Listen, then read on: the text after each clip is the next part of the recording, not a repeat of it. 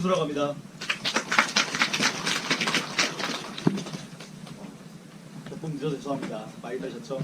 우선 제 소개를 좀 하자면은 저는 지금 11년차 변호사입니다. 11년차 변호사이고 그리고 모아타운이 2022년도부터 시작을 했는데 당연히 재개발 재건축을 전문으로 하는 변호사들은 많이 있습니다.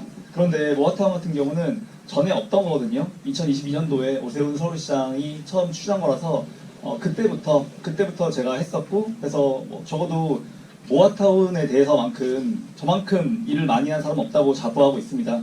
저는 지금 한양대에서 부동산 도시개발 박사과정 진행 중에 있고, 그리고 한국부동산개발협회에서 하는 전문인력 과정도 수료한 전문 변호사라고 할 수 있습니다. 설명은 지금 나와드린 그 종이를 제가 설명하듯이, 제가 해설하듯이 같이 읽는 방식으로 할 거니까요.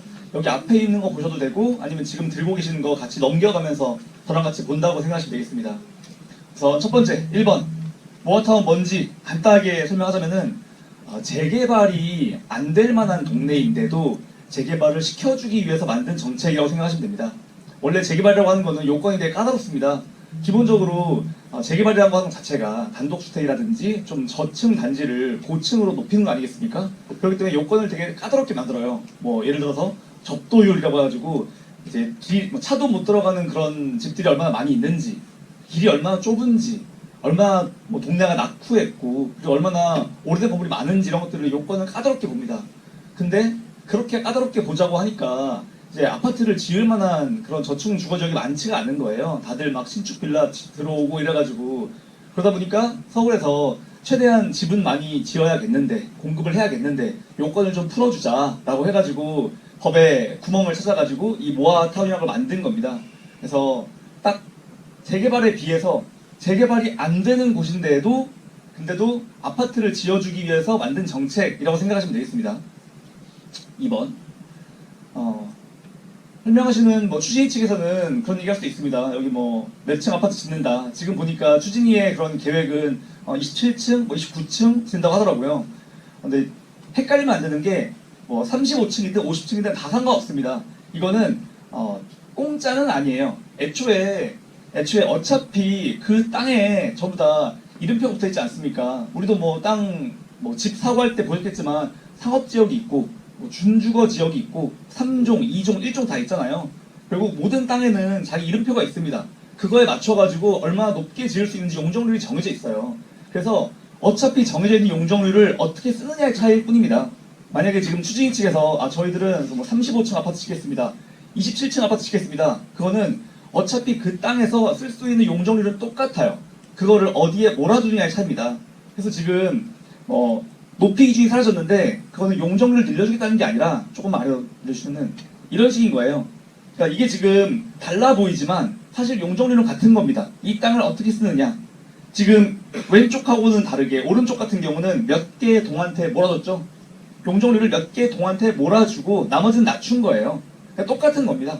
그래서 몇 층 짓는다라고 하는 게 어떤 특혜가 아니다. 어차피 그 땅이 가지고 있는 용적률을 똑같이 쓰는 거다라는 겁니다. 그래서 이걸 얘기한 이유가, 보통 이제 추진위 측에서 약간 사진으로 좀 장난을 많이 치기 때문에 그런 얘기를 들은 거예요. 여기 지금 써있듯이 고층의 메인동을 만들기 위해서 용적률을 끌어다가 쓰면은 그럼 그만큼 다른 동은 낮아지는 겁니다. 다음 장 한번 사진 볼게요. 이거는 비교하기 위해서, 이게 지금 일반적으로 재건축하게 되면 이렇게 짓잖아요. 그러니까 이런 아파트를 기대하시는 분들이 많을 거예요. 이렇게 아파트가 지어질 줄 알고. 근데 다음 장 보시면은, 이거 보시면은 이게 이제 이런 식으로 지어집니다. 이게 똑같은 거예요. 결국 지금 이렇게 멋진 메인 동, 여기다가 용적률을 몰아줬기 때문에 어쩔 수 없이 나머지 동들은 낮아지는 겁니다. 근데 보통 이렇게 조감도를 안 뽑아요.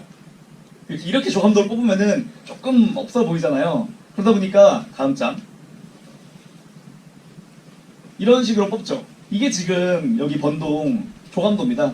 추진위가 만든 번동 조감도인데, 이렇게 사진을 이렇게 위에서 보면은 안 보이는 거예요. 위에서 보면은 이게 얼마나 저층인지, 얼마나 우리 속된 말로 못난이 아파트인지가 안 보여요. 지금 보시면은 안 보이죠? 티가 안 나죠? 뭐가 고층이고 뭐가 저층이 티가 안 나죠? 그래서 이렇게 좀 추진위 측에서 볼 때는 낮은 아파트로 돼 있는 게 별로 좀 안 예쁘고, 사람들이 설득할 때 조금 약하다 보니까 이렇게 위에서 찍어버리고 아래 사진 보시면은 다 동수는 나와 있죠. 보면은 잘 보셔야 돼요. 그러면은 막 12층 이런 식으로 층이 좀 낮습니다. 그래서 이런 게 있다. 지금 뭐 최고층 기준으로 항상 얘기하죠. 29층 지겠다, 27층 지겠다 하는데 그거는 최고층이고, 그리고 이제 그 외에 최고층을 제외한 나머지는 이렇게 저층으로 지어지는 거다. 아마도 여기 이렇게가 다 저층일 거예요. 그게 있습니다. 다음 장. 종상향 되면 이익 아닌가요? 종상향은 거의 다 시켜주긴 해요. 지금 모아타운 하는 곳에서는 전부 다 종상향을 시켜주고 있습니다. 여기 지금 2종인데 3종 될 거예요. 모아타운을 하게 되면은 3종 될 겁니다. 그러면 그만큼 용적률이 늘어나고 그만큼 집을 더 지을 수 있습니다. 이거는 무슨 뭐 추진이가 지금 뭐 잘해가지고 특별히 받는 게 아니고요. 지금 뭐 어디든지 모아타운 한다 그러면 다 종상향 해줍니다. 근데 그게 공짜는 아니에요. 괜히 해주는 게 아닙니다. 어차피 모든 땅에는 전부 다 이름표가 붙어 있는데 특별히 그걸 높여가지고 더 많이 지을 수 있게 해주면은 그러면 다 대가가 있는 거잖아요. 그게 이제 임대주택을 지어서 기부 채납을 해야 되는 거예요. 그러니까 쉽게 말해서 더 높이 지을 수 있게 하는 대신에 더 높이 지을 수 있는 그 부분, 그 분량의 절반만큼 여러분들 돈으로 지어서 서울시에 갖다 바쳐라 이겁니다. 실제로 뭐 경기가 좋을 때 아니면은 건설비가 별로 안 비쌀 때는 그래도 남았어요.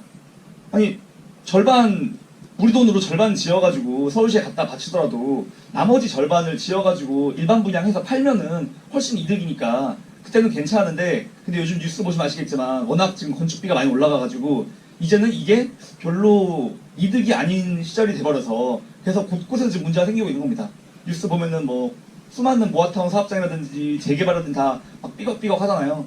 그 이유가 옛날에 비해서 너무 건축비가 오르는 바람에 이제는 서울시가 혜택 줄게, 종상향 해줄게, 대신 늘어난 거의 절반만큼 지어서 임대주택으로 바쳐 라고 했을 때 이게 수지타산이 안 맞는 거예요.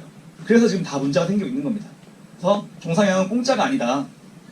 지금 뭐 아래 뉴스 보시겠지만 뭐 심지어 심각한 곳은 평당 1,000만 원까지 되거든요. 평당 1,000만 원까지 된 상황에서 이거를 우리가 지어가지고 갖다 바치는 거예요. 그래서 뭐 추진위 측에서는 그런 얘기할 수 있습니다. 여기 가운데 있는데 그게 기부 체납이 공짜로 바치는 게 아닙니다라고 말할 수도 있어요. 근데 둘 다 있어요. 임대주택이 있다. 그러면 그 중에 절반 정도는 조합원들, 주민들이 직접 돈 들여가지고 지은 다음에 갖다 바쳐야 되는 거고요. 기부 체납. 그리고 매입도 하긴 합니다. 나머지 절반 정도의 임대주택은 서울시가 공짜로 가져가는 게 아니라 사가요. 사가긴 사가는데 얼마에 사가냐? 그러면은 시세의 한 40% 정도. 여러분들이 지은 그 원가가 있지 않습니까? 건설 원가. 그 건설 원가의 한 40% 정도 사갑니다. 그게 전부 다 우리의 부담은 없는 거예요. 그렇기 때문에 혹시 뭐 종상향에 대해서 이번 기회를 놓치면 큰일 납니다. 이런 혜택이 뭐 자주 오는 게 아닙니다. 그런 말을 한다면은 그건 아니다. 종상향은 다 해주고 있어요. 다 해주고 있는데 그 종상향도 공짜가 아니다. 그만큼 올라가는 만큼 임대주택을 지어서 갖다 바쳐야 되고 최근에 워낙 건축비가 많이 올라왔기 때문에 이게 상당히 큰 부담이 돼서 지금 곳곳에서 문제가 생기고 있는 거다라는 게 3번 내용이었습니다. 4번. 실제로 번동에서도 이런 얘기 많이 하고 있나요? 대형 평형 아파트 주겠다고? 추진 측 그런 얘기 안 하고 있나요? 원하는 거 준다고? 네, 이거는 제가 설명을 봤는데 재밌더라고요. 4번. 대형 평형 아파트 받을 수 있지 않나요? 일단 기본적으로 재개발 같은 경우는 항상 땅 주인, 건물 주인이 있으면은 내가 집을 받아야 되잖아요. 내가 집을 받고 경우에 따라서는 1+1 받잖아요.